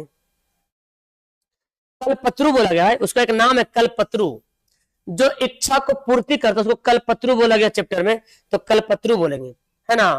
दमकती दारिम दशनावली किस पाठ में है, तो किसे मिलेगा, दीनबंधु निराला में मिलेगा, दमकती दारिम। नेक्स्ट है, भगवत विभूतियां किन्हें खूब मिली थी, भगवत विभूतियां किसी किन्हें खूब मिली थी, तो बोलेंगे निराला जी को। किसको मिली थी, निराला जी को बहुत ज्यादा मिली थी। कोलकाता में क्या है, कोलकाता में क्या है, बेलूर मठ है। क्या है, बेलूर मठ है। तो फास्ट बढ़ते हैं, टाइम तो अच्छा खासा हो गया। याचकों के लिए कल्पत्रु कौन थे, याचकों के लिए कल्पत्रु कौन थे, निराला, दीनबंधु जी निराला। नेक्स्ट पढ़ते, दीनबंधु निराला पाठ की विद्या क्या है, तो ये है एक कहा निबंध होना चाहिए ना। दीनबंधु निराला जो है क्या है, एक निबंध है। क्या है, हाँ निबंध है। दीनबंधु निराला कहानी नहीं है, एक एस्से है, निबंध है, क्योंकि निराला जी के बारे में बताया गया। आचार्य शिव पूजन सहाय जो है कौन सी पाठ लिखा है, तो बोलेंगे दीनबंधु निराला लिखा है आचार्य शिव पूजन सहाय। दीनबंधु किसके नाम के साथ जोड़ा गया है, तो किसके नाम के साथ, हाँ निराला जी के साथ, सूर्यकांत त्रिपाठी निराला, सूर्यकांत त्रिपाठी निराला। सवाल पढ़ते हैं, किसके पास धन अल्पावधि तक ही टिकता है, बहुत कम टाइम तक धन रहता है, सूर्यकांत त्रिपाठी निराला के पास। आगे बढ़ते हैं, विवेकानंद सोसाइटी के विद्वान सन्यासों के साथ किसे जो है कौन जाया करते थे, कौन जाया करते थे, तो बोलेंगे निराला जी। कौन, निराला जी जाया करते थे, है ना। ओके चलिए हो जाएगा ना, निराला जी, ठीक है ओके, तो हो जाएगा आंसर निराला जी। नेक्स्ट सवाल पढ़ते हैं। सवाल क्या बोलता है, भगवान को संतुष्ट करने का अच्छा उपाय क्या है। अगर आप चाहते हैं कि भगवान को संतुष्ट करें, अल्लाह को संतुष्ट करें, तो आप दिनों का बंधु बन जाइए, मतलब सच्चे इंसान बन जाइए, है ना। दिनों का सच्चा, देखो नाच गान करिएगा तो खुश नहीं होगा। देखो किताब में भी मिल रहा है, देखो देखो देखो, देखो किताब बोलता है नाच गान कीजिएगा तो आपको खुश नहीं होगा अल्लाह ताला या भगवान। प्रसाद चढ़ाएगा तो खुश नहीं होगा, है ना। फूल चढ़ाएगा तो खुश नहीं होगा। सच्चा, दिनों का सच्चा बंधु होना, मतलब सच्चा इंसान बनिएगा तभी खुश हो पाइएगा। खेमा के बारे में पढ़ते हैं। खेमा एक कहानी है और खेमा एक लड़का का नाम भी है, और वो लड़का जो छोटा लड़का रहता है बाल मजदूरी करता है, ठीक है ना। इसके बारे में पढ़ते हैं। बाल मजदूरी पर आधारित कहानी कौन है, खेमा। कौन है, खेमा। एक कहानी जो कि बाल मजदूरी के बारे में बताएगा, बच्चा, छोटा बच्चा काम करता है। मतलब मुक्ता काशी होटल के मालिक का क्या नाम था, कसारा। क्या नाम था, मुक्ता काशी होटल है और उसका मालिक था कसारा, वही जो है खेमा जाके काम करता था। ठीक है, पर कसारा को उसके रुपये लौटाने पड़ेंगे। किसने कहा था, तो खेमा के पिता ने बोला था। किसने बोला था, खेमा के, मतलब एक व्यक्ति आया था कि खेमा को हम पढ़ाएंगे, अच्छा इंसान बनाएंगे, तो इसके बारे में बोला गया था, ठीक है ना। नियति का अर्थ क्या होता है, नियत मतलब क्या होता है, नियति मतलब होता है भाग्य, किस्मत। क्या होगा, भाग्य, किस्मत। बोलता आगे सवाल कि किस कारण खेमा की पिटाई की गई थी? टेबल ना साफ करने की वजह से, बर्तन ना साफ करने की वजह से, चाय ना पहुंचाने की वजह से, ये इसको नहीं। तो ये होगा बर्तन साफ नहीं किया था, इसको जो है पिटाई किया था होटल में कसारा ने। बड़ा बदमाश आदमी था भाई, है ना जी। ओके, चलिए ऐसे सवाल पूछेगा एग्जाम में, छाप करिएगा। खेमा के पिता ने भरण पोषण के दायित्व से मुक्त होने के लिए क्या किया? बेटों को, अपने कितने बेटों को बेच दिया? 4 बेटों को बेच दिया। कितने बेटों को? 4 बेटों को बेच दिया था, 4। चलिए आगे बढ़ते। खेमा शीर्षक कहानी के केंद्र में कौन है? खेमा शीर्षक कहानी में जो केंद्र में है बाल मजदूरी, इसके बारे में बताया गया बाल मजदूरी खराब चीज होता है। खेमा कितने वर्ष का था? तो बोला गया कि खेमा जो है ना कितना वर्ष, 7-8 वर्ष शायद, कितना वर्ष का था? नहीं 7-8 वर्ष, 8-9 वर्ष का था किताब में, 8-9 वर्ष का, ठीक है ना, ये नहीं होगा, ऑप्शन नहीं होगा, 8 और 9 वर्ष का था खेमा। नेक्स्ट सवाल पढ़ते हैं बाबू। मुक्ता काशी होटल का मालिक का नाम क्या था? उसका नाम था कसारा। क्या था? कसारा उनके मालिक का नाम था। ग्राहकों को चाय कौन देता था? जाहिर सी बात खेमा देगा, क्योंकि खेमा वहां पे काम करता था। मुक्ता काशी होटल के छींके में कितने गिलास रखे हुए थे? तो 8-10 गिलास रखे हुए थे। चलिए पूरा खत्म करना ना, आज 13 चैप्टर पूरा खत्म करना है। बोलता खेमा की लंबाई क्या थी? खेमा की लंबाई बोलता है 3.5 फुट, बोलता है तो 3.5 फुट है ना, 3.5 फुट के आसपास खेमा की लंबाई थी। नाटा था, मतलब छोटा बच्चा था, और क्या नाटा क्या था। कसारा से बात करने के कितने घंटे बाद खेमा ने, कसारा से बात करने के बाद कितने घंटे बाद खेमा लेखक के पास चला गया? तो आधे घंटे के बाद, समझे? हाँ, मतलब कसारा से बात किया जाके लेखक ने। मुक्ता काशी होटल के मालिक अपने काम को हल्का करने के लिए किसको गांव से पकड़ के लाया था? खेमा को। खेमा को लाया था कि मेरा काम हल्का हो जाएगा। ये देखिए, आइए हौसले की उड़ान, आइए लीजिए कि बेटियों के बारे में कहानी है, हौसले के बारे में कि आप क्या करते हैं, कितना पढ़ते हैं, ये सब के बारे में बताया गया। खैर देखते हैं हौसले की उड़ान के बारे में। बस बस बस, थोड़ा सा और टाइम दीजिए, मुझे भी भूख लगी है। ज्ञान और स्वाधीनता का स्वभाव किसे लग गया था? है ना, तो बेटियों को। किसे लग गया था? बेटियों को लग गया था। नेक्स्ट है, बिहार की बेटियों की असाधारण विशेषताओं का उद्घाटन किया गया किसमें? हौसले की उड़ान में बताया गया बिहार की बेटियों के बारे में, है ना, कि हमारी बेटी भी हाँ आगे जाएगी और पढ़ेगी लिखेगी और नाम रोशन करेगी। गुड़िया का घर किस जिला में है? लीजिए, सबसे बड़ा दिमाग खराब करने वाला आपका चैप्टर ही मिलता है। किसका घर कहाँ है हमको क्या मालूम, जाएंगे गुड़िया का घर तब ने पता चलेगा भाई। क्या जी, गुड़िया का घर जाएंगे तब ने पता चलेगा गुड़िया का घर किधर है, कहाँ है।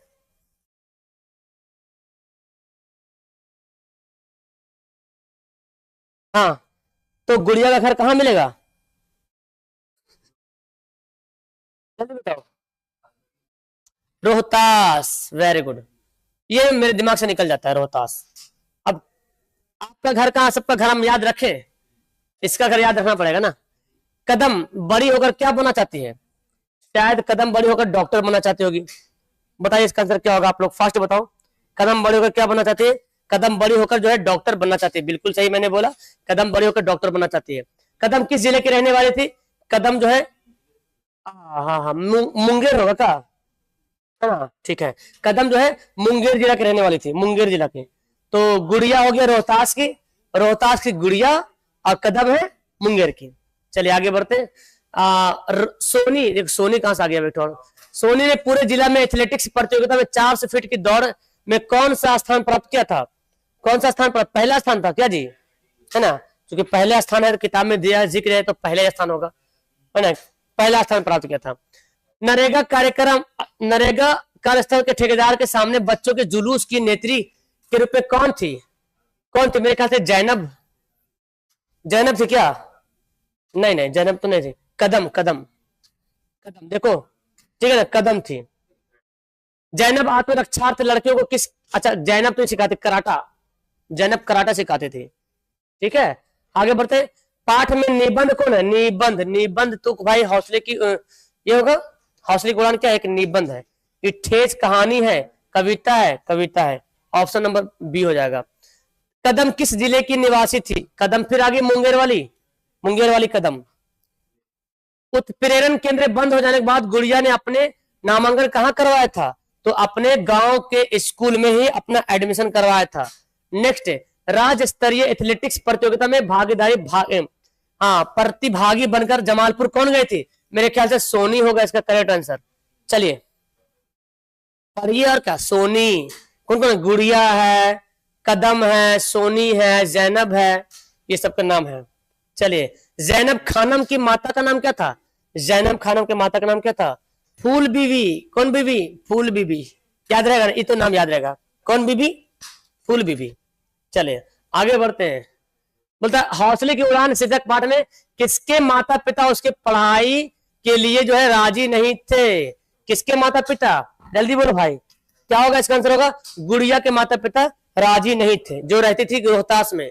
कदम अपनी उम्र की बच्चों से क्या थी? अलग थे ना, अपनी उम्र के बच्चों से अलग थी। ये सवाल कुछ ऐसा चैप्टर है ना भाई, एकदम याद रखना पड़ेगा सबको।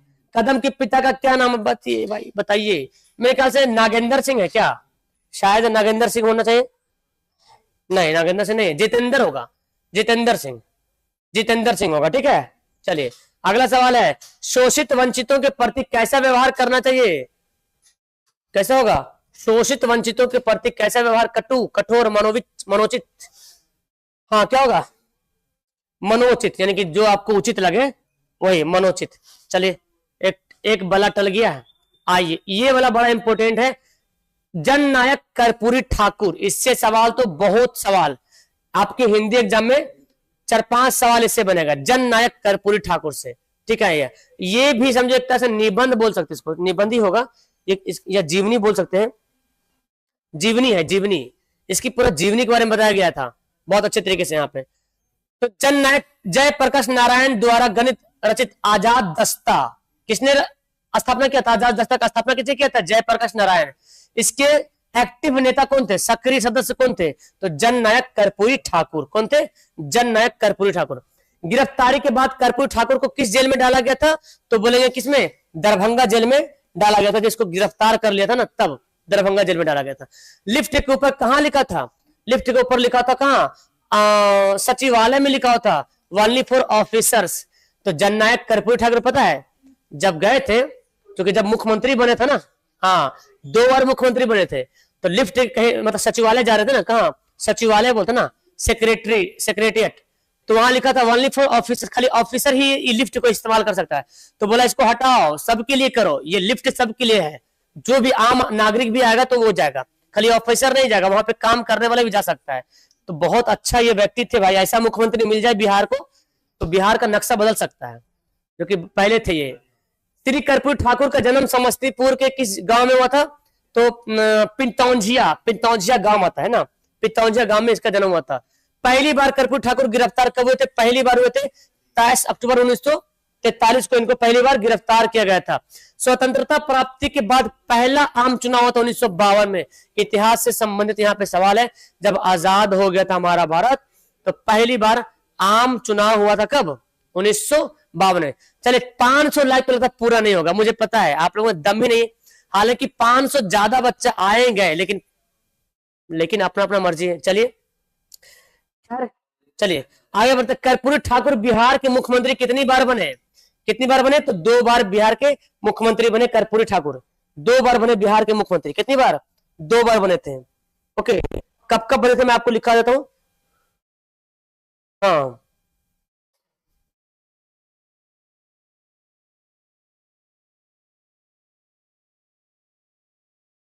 77 में है ना, 1970 में और 1977 में, ये 2 बार बने थे बिहार के मुख्यमंत्री। ओके, 2 बार बने थे। बोला गया कर्पूरी ठाकुर आईए की परीक्षा कब पास किया था?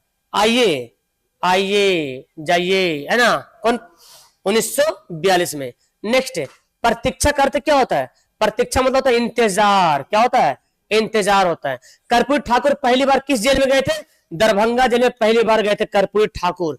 कर्पूरी ठाकुर जब गांव की पाठशाला में दाखिला कराया था उस समय उनकी उम्र कितनी थी? जल्दी बताओ, उस समय उनकी उम्र कितनी थी?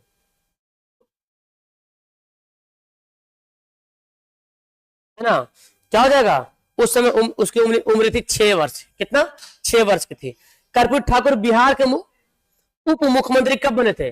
उप मुख्यमंत्री, ये शायद 67 में होगा, 1967 में पहले उप मुख्यमंत्री बने थे 1967 में। 1900 देखो 1967 में उप मुख्यमंत्री बने, 1952 में चुनाव जीते, 67 में उप मुख्यमंत्री बने, फिर 70 में, है ना, 70 में मुख्यमंत्री और 77 में मुख्यमंत्री, ऐसे याद कीजिएगा। तो दो, एक बार बने थे उप मुख्यमंत्री, 2 बार बने थे मुख्यमंत्री। देखो बोलता कर्पूरी ठाकुर ने कॉलेज को कब त्याग दिया, तो 1942 में इंटर पास हुआ, कॉलेज छोड़ दिया। क्या अब हम पढ़ाई वढ़ाई नहीं करेंगे भाई, हमारा भारत अभी अंग्रेजों के चुंगल में है। उस समय जो है ना क्या अगस्त क्रांति चल रहा था, भारत छोड़ो आंदोलन 1942 वाला। तो बोला भारत ऐसे परेशान में है यार, हम पढ़ लिख के क्या करेंगे, चलो भाई पहले संभालते हैं, काफी है, इतना पढ़ ले काफी है। तो इतना करके हम लोग को दे दिया है, अब आपको हम लोग को भारत को संभालना नहीं है, भारत को अच्छा बनाने की कोशिश करना है, ठीक है ना। उस समय दुश्मनों को मार के भगाने वाली बात थी ना। 1952 के आम चुनाव में कर्पूरी ठाकुर विजय रही, कहां से, समस्तीपुर विधानसभा क्षेत्र से, समस्तीपुर के ताजपुर है। कर्पूरी ठाकुर का जन्म किस राज्य में हुआ था, इनका जन्म हुआ बिहार में, समस्तीपुर तो बिहार में पड़ता ना, बिहार में। 1967 में बिहार के मुख्यमंत्री कौन थे, उप मुख्यमंत्री कौन थे, तो कौन होगा, कर्पूरी ठाकुर थे, कर्पूरी ठाकुर। किसने हैजा पीड़ित व्यक्ति को अपने कंधे पर उठाया और करीब 5 किलोमीटर पैदल चल के अस्पताल तक पहुंचाया, ऐसा मुख्यमंत्री कौन मिलेगा भाई, ऐसा प्रधानमंत्री भी नहीं मिलेगा, है ना। जननायक कर्पूरी ठाकुर, जननायक, इसको बोलते हैं जननायक, क्या बोलते हैं, जनता का नायक था ये, कभी ऐसे नहीं 2 बार मुख्यमंत्री बन गए थे। जननायक कर्पूरी ठाकुर बोलता क्या, अभी भारत माता स्वतंत्रता के पिलर से करा रही है और मैं विद्याभ्यास में अपनी पढ़ाई जारी रखूं, मतलब वही अंग्रेजों के चंगुल में फंसा हुआ, हम पढ़ाई करें, नहीं ऐसा नहीं होगा। किसने बोला था, जननायक कर्पूरी ठाकुर। मैसर मतलब क्या होता है, मैसर, मैसर क्या होता है, मैसर मतलब उपलब्ध, मैसर मतलब उपलब्ध होता है। कर्पूरी ठाकुर को विपक्ष के नेता कब विपक्ष नेता से पद से कब हटाया गया था, तो 1982 में विपक्ष के नेता से पद से हटा दिया था, 1982 में, ठीक है ना। ये सब आपको याद करना है। 1988 में इनका मृत्यु भी हो जाता है।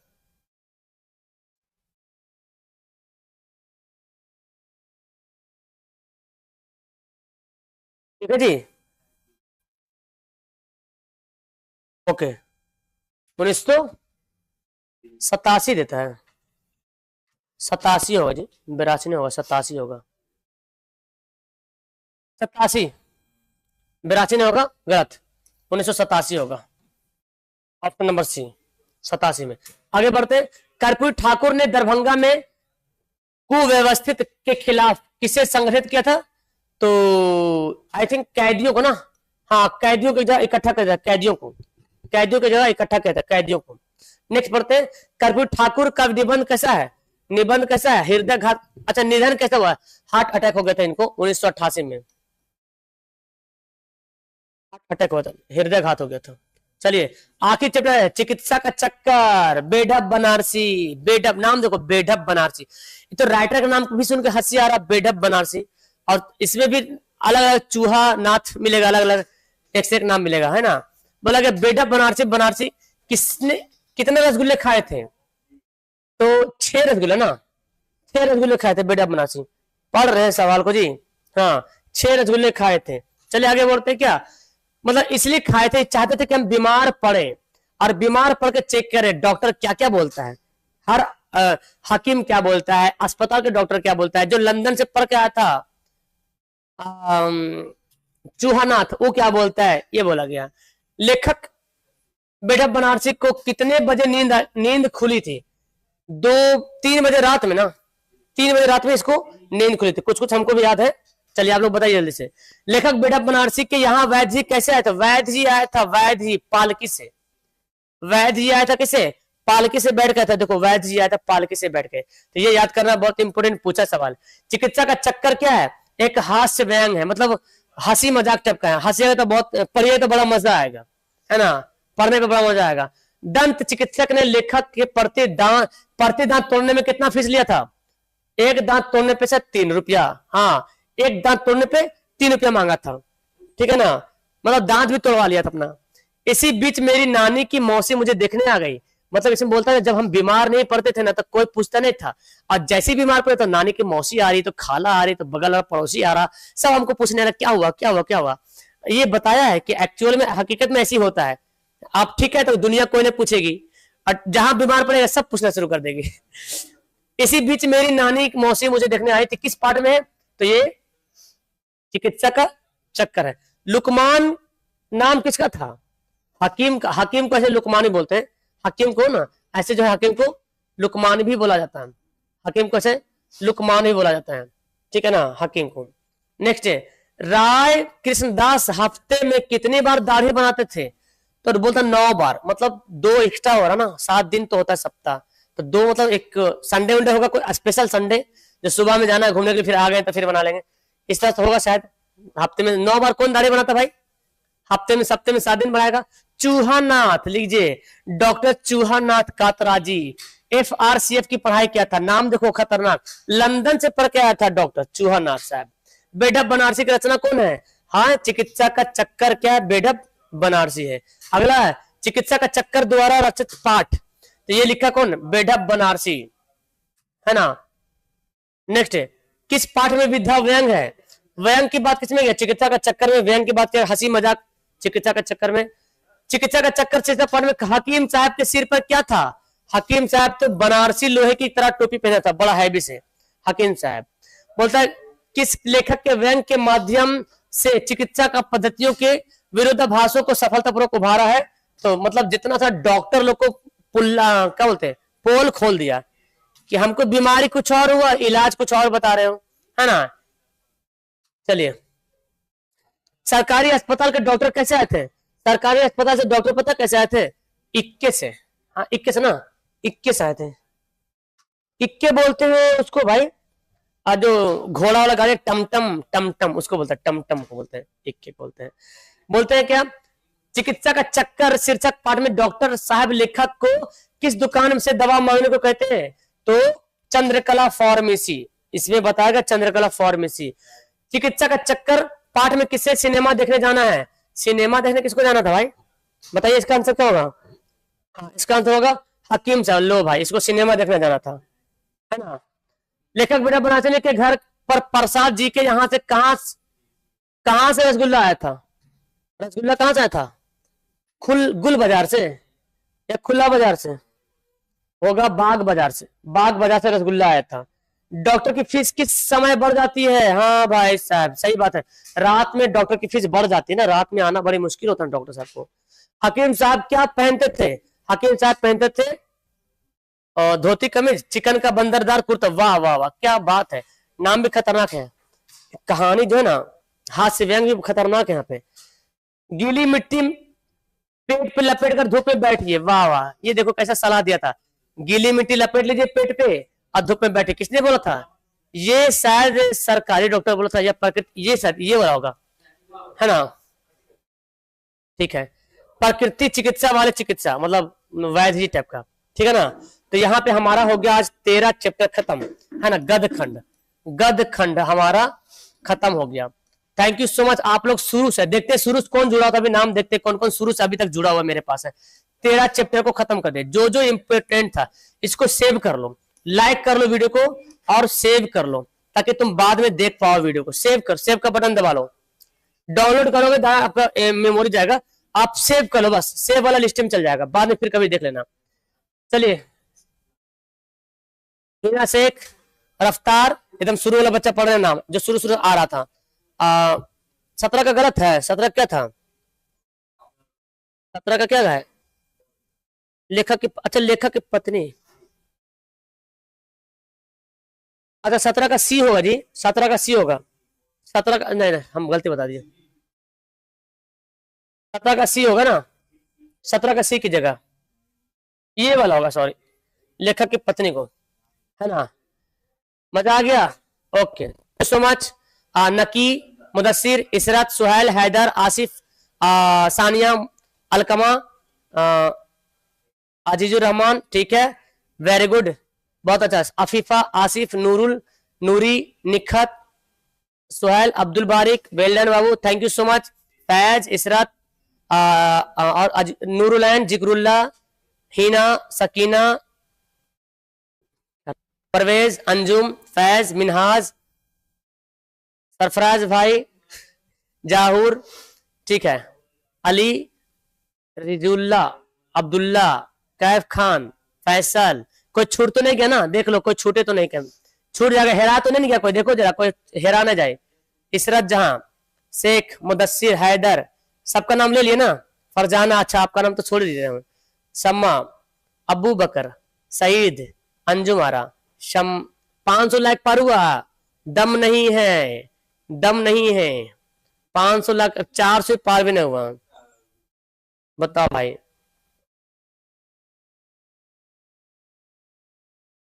अच्छा आज कोई छूट गया, और कौन छूटा है? आहिल, आजाद, सकीना, जो जो हेरा जाएगा बोलना, ठीक है ना, जो हेरा गया होगा बोलना।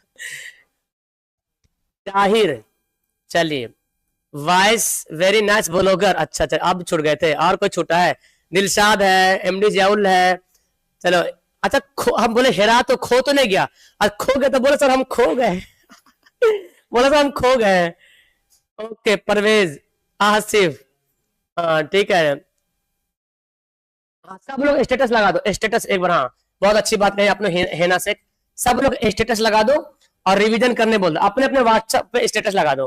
करीब करीब 1.25 घंटा का टाइम हो रहा है, और कंटिन्यू इस तरह से खड़े होके अपने आवाज से आपको कान में गूंज रहे।